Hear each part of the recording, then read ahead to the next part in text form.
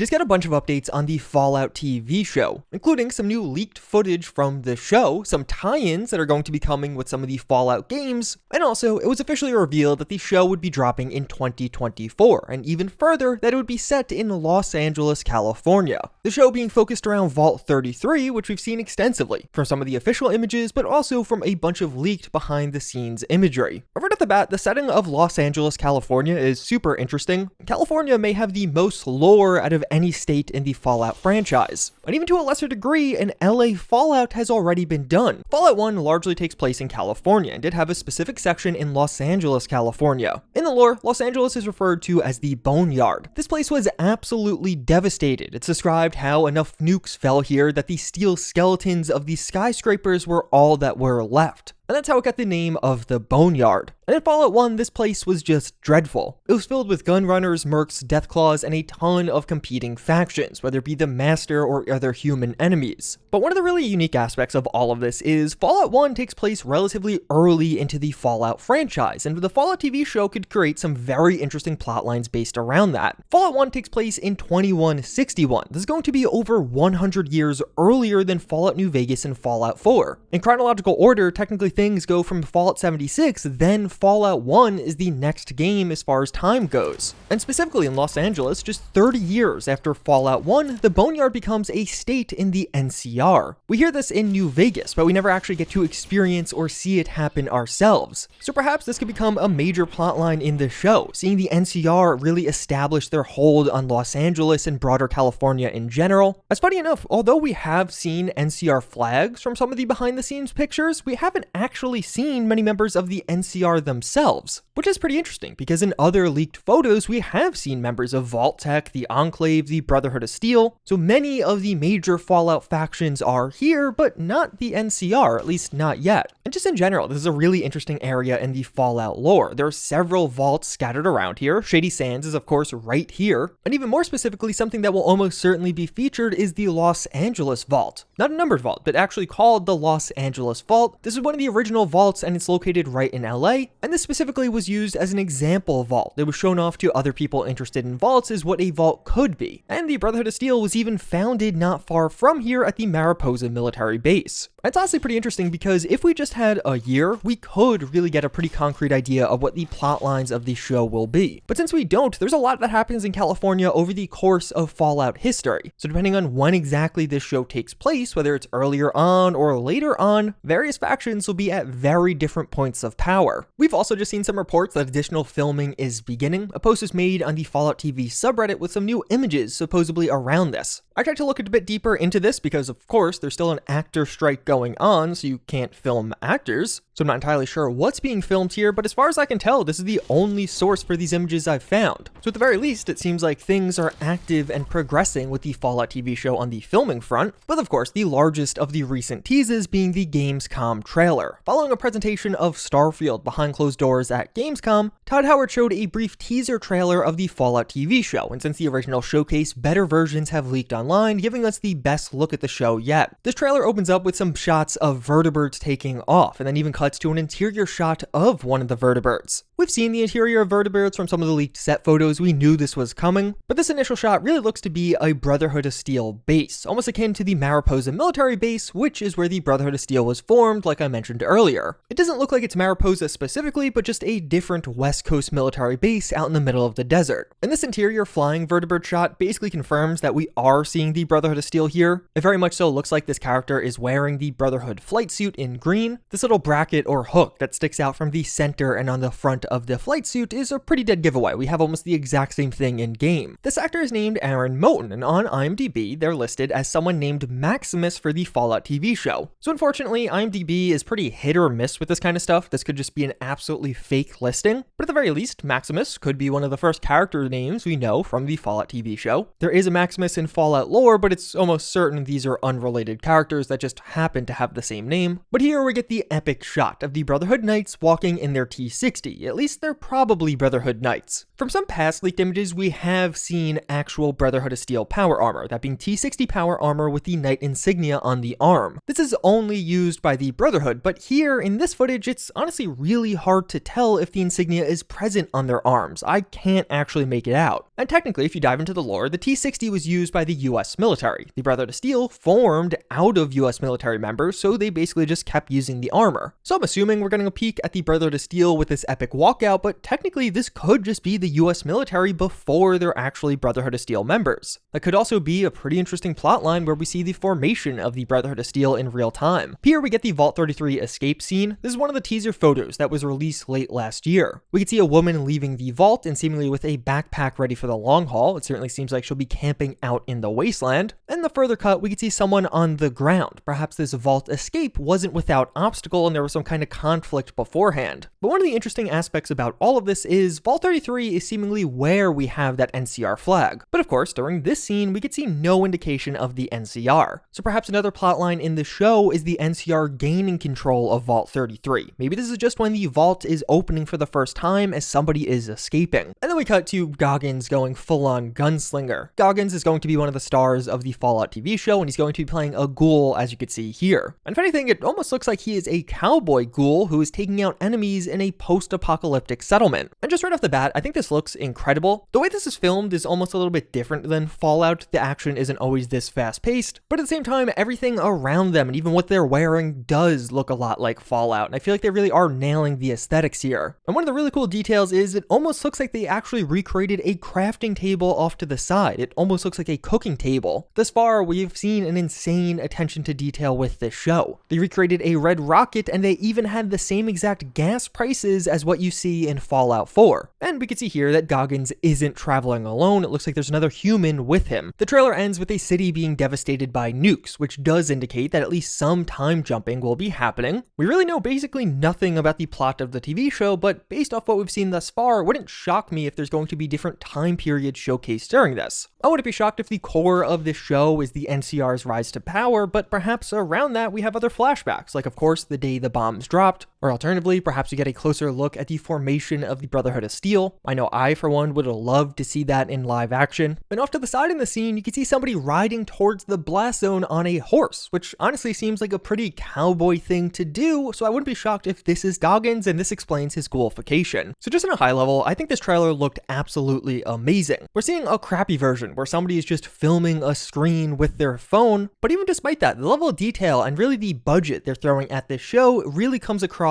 even in this version. It seems like Amazon and the showrunners aren't messing around here. We are really getting a faithful adaptation of Fallout, at least based off everything we've seen thus far. But Bethesda has some plans for their own tie-ins as well. Just recently in the files of Fallout 76, some new Vault 33 jumpsuits were found, suggesting that we could see this pop up as a promotional item down the road, likely around the release of the trailer or maybe even around the release of the show itself. Fallout 76's test server did return recently. This is going to feature their second expedition taking you to Atlantic City. This is all going to be focused around gambling, hiding money, and just gang business in Atlantic City in general. Things here are definitely interesting. They have some new items, some new enemies, as well as some new missions to go on. But frankly, if you played some of the past expeditions and didn't love those, I'm not sure this is going to have enough to really get you interested again. But either way, if you are a Fallout 76 owner, you can try this out for yourself on the public test server right now. And while this new expedition is slated to be dropping later this year, I don't think the new jumpsuits are going to be necessarily coming with that. And instead, what I expect is a new trailer for the Fallout TV show or some kind of tease for Bombs Drop Day. On October 23rd, the bombs dropped in the Fallout universe, and of course, October 23rd is just a short time away. I wouldn't be shocked if on that day, perhaps we actually get the official version or an updated version of a teaser trailer. And as a little freebie to commemorate that, you can get the Vault 33 jumpsuit for free in Fallout 76, likely just by logging on to the Atomic Shop. As of right now, of course, nothing is confirmed on that front, but just based off the timings of everything, it seems quite likely that we could see some updates or news around the TV show. And perhaps even beyond that, the Fallout 4 next-gen version could get a trailer or even a potential release date also on Bombs Drop Day. Technically, that is supposed to be coming out in 2023, but as of right now, we haven't heard anything. With how much of a boom Cyberpunk 2077 got from the release of their show with Edgerunners, you have to imagine Bethesda was paying attention or noticed the impact of that. A big reason for the success of that in Cyberpunk was they actually had an update tying together with the TV show. Obviously, we're getting something that's a tie-in for Fallout 76, but I wouldn't be shocked if also we get a tie-in with Fallout 4. Fallout 4 is the more popular game. It has more players on Xbox and Steam, and since the next-gen update is coming, seemingly with some new free Creation Club content, perhaps we get a little bit of a tease or some content related to the TV show. I think it'd be awesome if, as a tease to the eventual release of the TV show in 2024, we get a short quest in Fallout 4 that introduces us to one of the characters or just teases us around one of the new factions or plot lines. Either way, those are some of the recent leaks and updates around the Fallout TV show, and we may be finding out more in just a couple of weeks, so get subscribed because I'll definitely tell you when anything comes out. With that said, if you're interested in more Fallout 4, check out this video where I'd show you some game-changing mods available for the game that just came out recently.